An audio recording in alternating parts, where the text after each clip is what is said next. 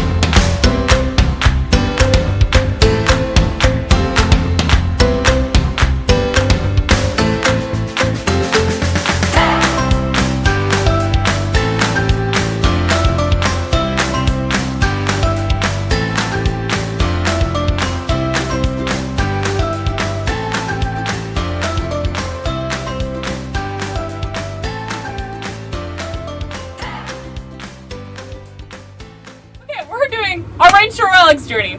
Our journey through the Mustang Classic Competition, which is down in Kentucky on the 13th of September. No, but you're a part of it. She's going to be my coach. So this is my sister, everyone. Little sister. Coach, I don't know. It seems like a bad idea to me. Still interrupting me. I'm still interrupting you. Yeah. This is my sister, Marissa. She is my little sister, and oh, now you're putting emphasis. I'm putting emphasis on it. Seriously. She's my little sister. I would know if you can say that. Yeah. But you did something recently. No. I do a lot of things. A lot. I don't know what you're talking about. So when we went down to the Burns to pick up my Mustang Classic horses, I enlisted the help of my sister because I can't believe I'm admitting this, but she actually is good at picking really sporty type Mustangs and has done it quite a bit. She has two super athletic Mustangs right now that are like schooling 3 foot and doing amazing. So I wanted her help. 3-3. Okay, fine, we'll do specifics. But she fell in love with this 7-year-old black gelding when we were down at the Burns Oregon Corrals. Do you have a favorite? No. No? She likes an 11-year-old gelding? I'm like, no. I think I need him. Yes, you. Yeah. The black one? How old is he? Brave. Well, look at his neck, like how it ties in. What are you gonna do with an old gelding? You can go live with your other. You have to go on joint supplements. Joint. Geriatrics. Oh. And you want to tell us about him? Like, why did you like him? So, pretty much we were there. We were looking through all the horses, and there was so many really nice looking horses there. But I'm kind of like picky on like which ones I like.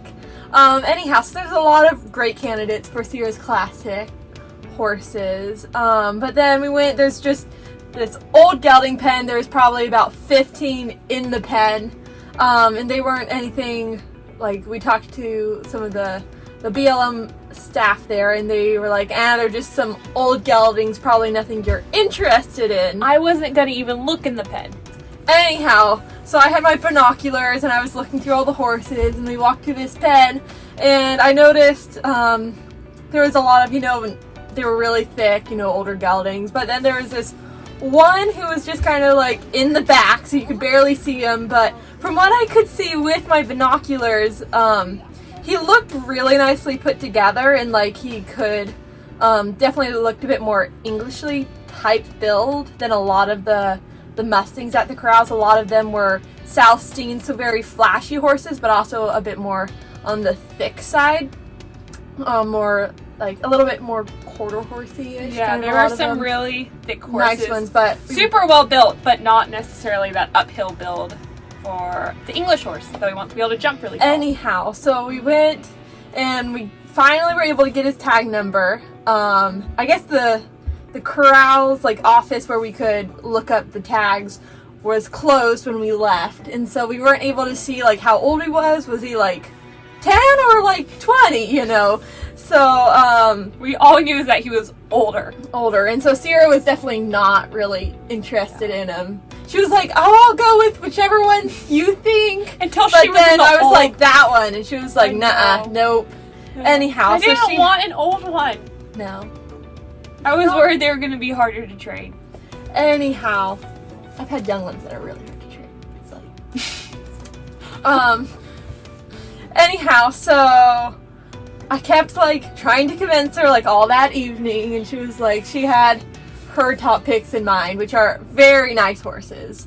And they're flashy. They have lots of chrome. Anyhow, we went corrals first thing the next morning and got to look up his tag number, and it said he was only... Wait. Back up. What did you do all that night? Oh, I was trying to convince... I know, but on Facebook? On Facebook. Oh, I was looking him up, seeing if I could find, like... I ended up finding Sierra's, one of her top picks, like, on the South Staines corrals, and then I found some that could possibly be him. He's black with little white, like... I don't know, half socks on the back. So nothing really that like unique about him. But she was like on Facebook all night looking at pictures, trying to figure out his age. Yeah, I was. She really, really liked this gelding. So yeah, okay. Now you can go back to the next morning. Okay, yeah. Next morning, we looked up his tag number, and it turned out he was only 7. This was, when was it? It was like October? Yep, this was for like middle of October we were down there. Yep. Anyhow, so that was, I really was happy with that age. Like, I didn't want, you know, if he was, you know, in his like teens, I wouldn't have brought up, like, wanted him, because, you know, that is pretty old to have like a, you know, more athletic career, you know, to start a new career. So, but 7 was a decent age. I like that age. Anyhow, and so you actually... Yeah, I really liked that age. So once I heard he was 7, he was a super nice horse. And so at this point, he was under 10. And so I started really liking him more and more. And we ended up both deciding that he was one that was for sure going to come home with us that day in October. And so then it was just, I wanted to bring home a second horse, and so I had my 3 mares I was choosing from. I had 3 really nice mares, and so we were going to bring home the black gelding and then one of my mares. Anyhow, so they brought in the pen of the old geldings, and we got to see them move around in the, like, their corral there when they were separating the horses. And so he was like a really cute mover and really a nice horse. So he was trotting all around, and like we were both like, oh my goodness, this horse has the prettiest trot. Super fancy. And so we were like, yep, we want him. So they put him in a holding, well, they ran him through the chutes, and he was like determined to climb out of them, like rearing, being like totally obnoxious. We've seen done like 40 Mustangs and seen him in the chutes, and we have never seen one quite rear as much as this horse. Determined. We're like, jumping potential. What? If 8-foot panels are no problem, then yeah, 3-foot jumps should be easy. So then they put him in like a side little corral while we looked through the mares, and because Sierra was hoping to bring home 2. We're gonna bring home 2. Anyhow, and we should say, like, the whole time he is in this holding corral, it's like a 20 by 20 area, so it's a good sized pen made out of 8-foot tall panels, and he just is trotting around, rearing, like testing out the fence all the way around. Yeah, he was trying to find a weak spot to jump out. He was definitely a little bit of a wild guy. For sure, yeah. I was like a little bit hesitant after seeing him be like rear this much. But Marissa never wavered. No, I've had a lot of like just difficult ones, and like so I was like, yeah, it'll be fine. She loves the spicy ones. Yeah. I don't know. I know. It's love. Chestnut mares are like her favorite on cold mornings. So, Maybe. oh. I don't. Bay mares are the worst. Bay mares. People always talk about chestnut mares. I've had way more nice chestnut mares than bay mares. I like bay geldings. Bay geldings. 3-year-old bay geldings are some of my favorites. I wouldn't know. No, you wouldn't. Okay, but while I was looking at the mares and he was in his holding corrals, But what happened? What are we? Again? We'll go with one thing led to another. He ends up really injuring himself. We're not sure what he did. Yeah. Like how much damage he had done. Anyhow, so we didn't want to bring home a very wild, possibly injured horse. So I kind of got outvoted there. Yeah, it was a family vote. We all decided to leave him home. Particularly, we don't want him, like, we only have the 6 foot, there's 8 foot tall panels at the BLM. Yeah. And so he would definitely be able to get over our panels. Anyhow, so I was like so crushed, so devastated, because it was like we had him, he was like in the pen. I was like, oh my goodness, I can't believe we're bringing him home. Yeah. But sadly, that all happened, and so it was like, But we still needed 2 horses, so Sierra, they ran the mares. Yep, I picked a second mare. She picked, so it was, if you've watched her other videos, Moondance was like her first choice. The black and white pinto. The black and white pinto. Then there was another pinto she was really thinking hard on. It was another big horse like Moondance, kind of similar. Like 15 3 hands, yeah. Lots of white. And then this a smaller chestnut mare. That you all know as Dazzle. Yep.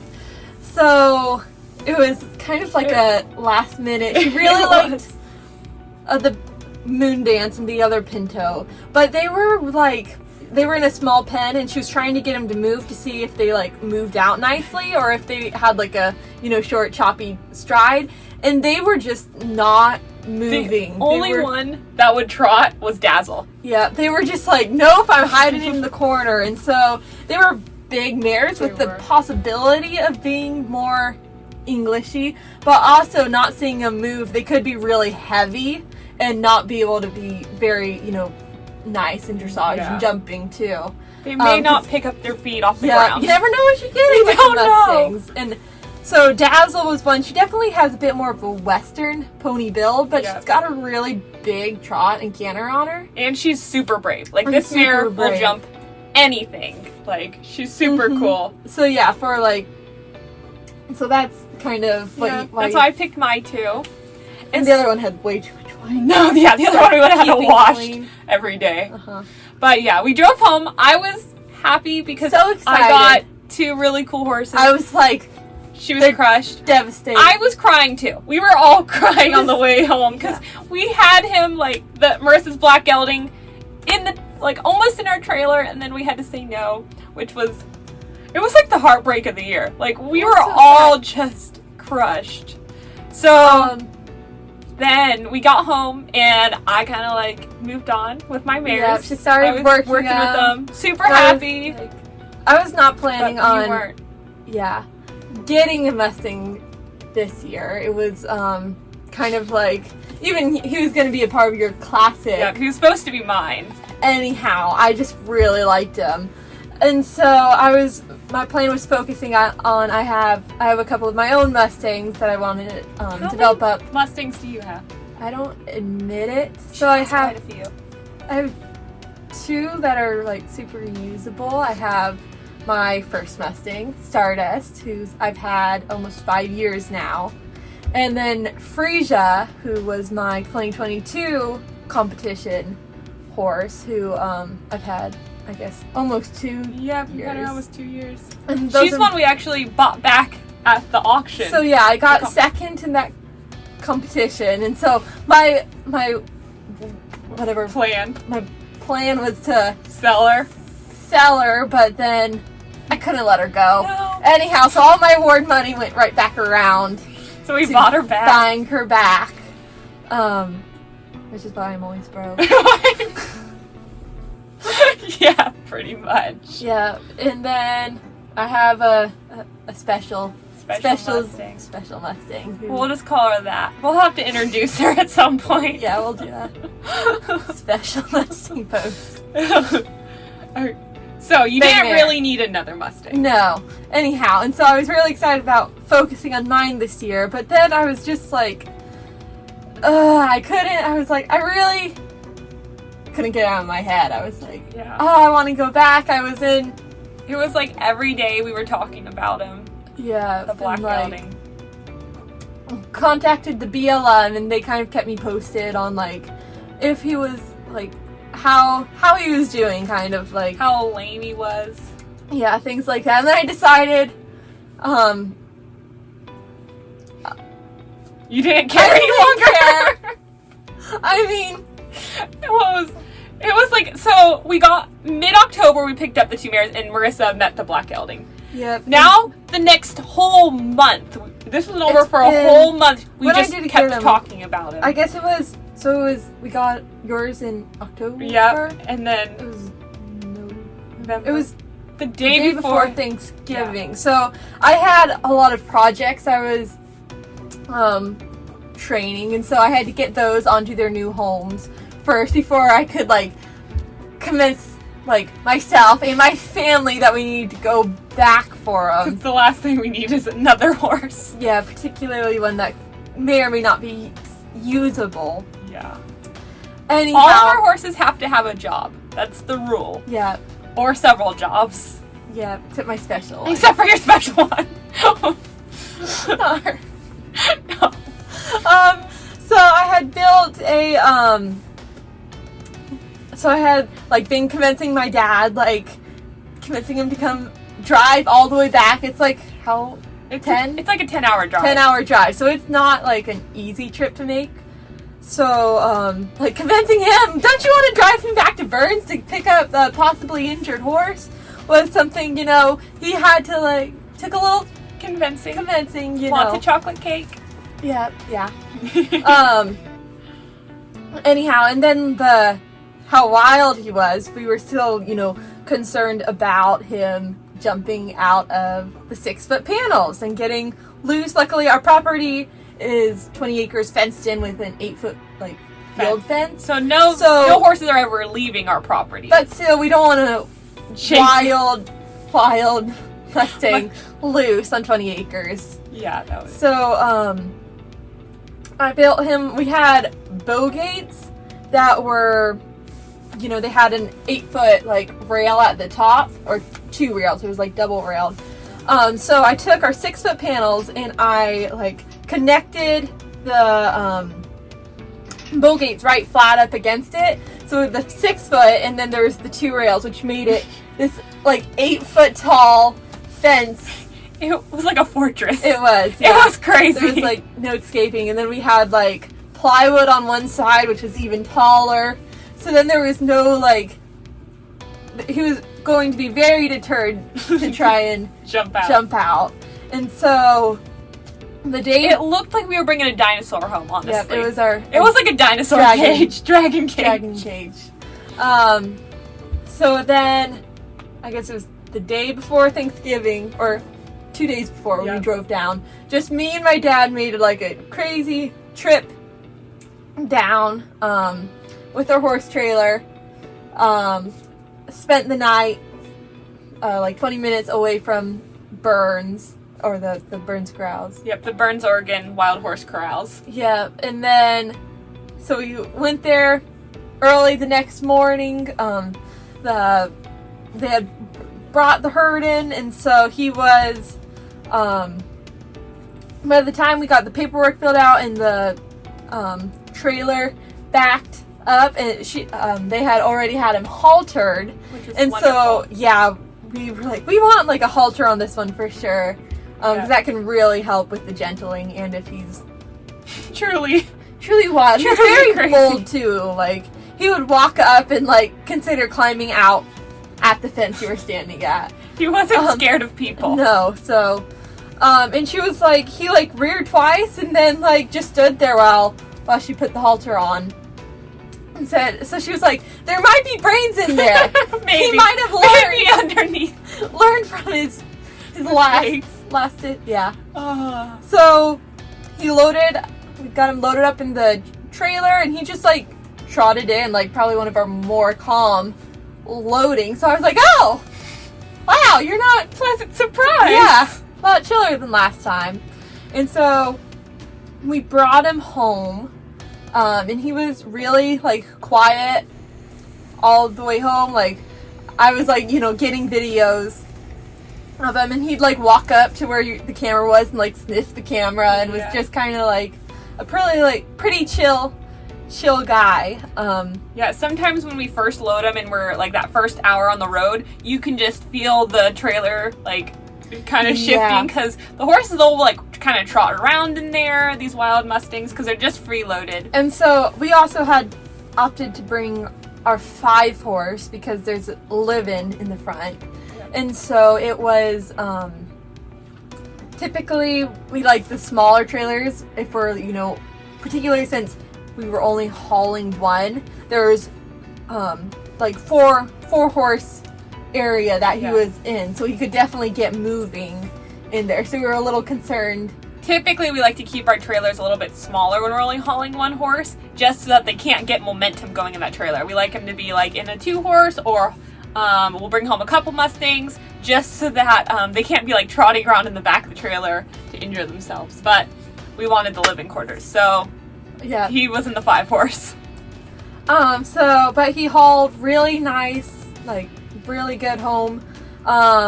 We got home, I guess it was probably around 9 at night, 9-ish. Yeah, it was late. It wasn't as late as yours. No. 1.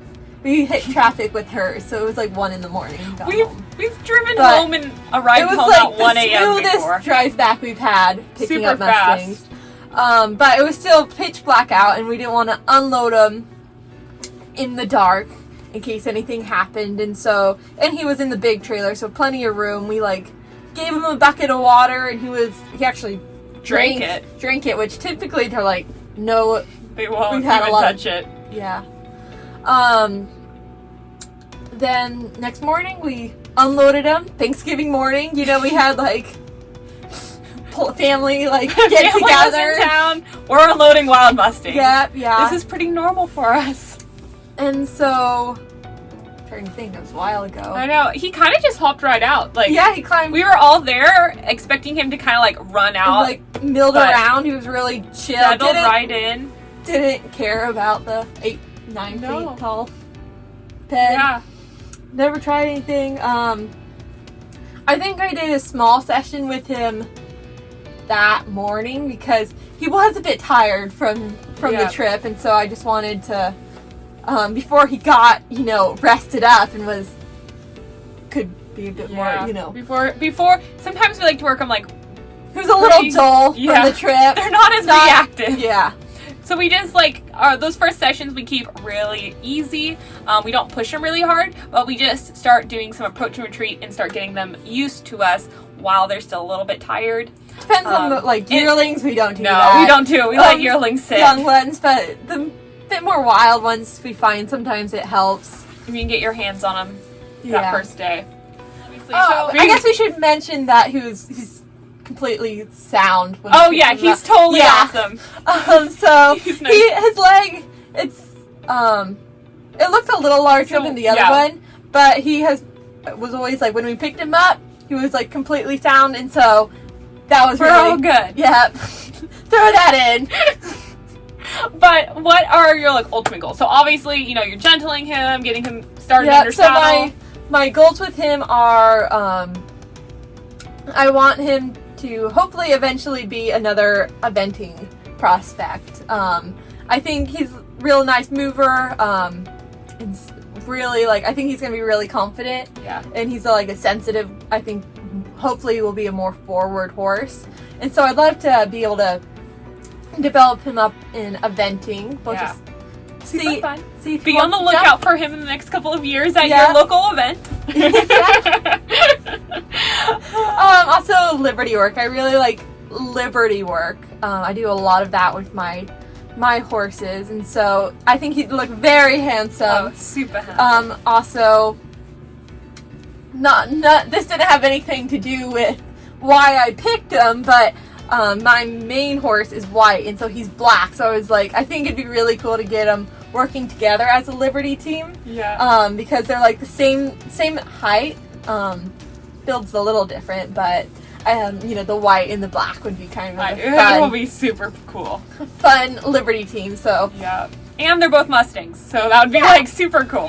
So this black gelding does qualify for the Mustang Classic Competition. Sadly, I do not. Marissa is too young. I do not qualify. Which is super sad because she would rock it. I'm actually kind of glad she's not competing because she would totally beat me. It has her 2 mares. So through the Classic, you have, the format is you're allowed to show up to 2 horses. And so you don't have to apply which 2 until when? Like June. Like June. You have till June. So there's a lot of time, and so if the black ends up being, a good, like I want to start, getting him trained up, maybe do some couple shows on him, and if he is one that, so Sierra wants to take her best to the Classic, and so there is a chance that if she decides that my gelding might have a bit, better, whether he's more confident, or more, just picking the best horse for, it's a long trip to Kentucky. Yeah, it's I think it's like 2,500 miles for us. So yeah, we want to bring the horses that are the most They show the suitable. greatest potential. Yeah, greatest potential for placing well. We want the horse that is not only the best trained, but also has the best overall movement and really just showcases sport horse Mustangs. We have 3 horses that will qualify for the Mustang Classic. That will be Dazzle, my little chestnut pinto mare, Moondance, my black and white mare, and then Marissa's new black gelding. And so pretty much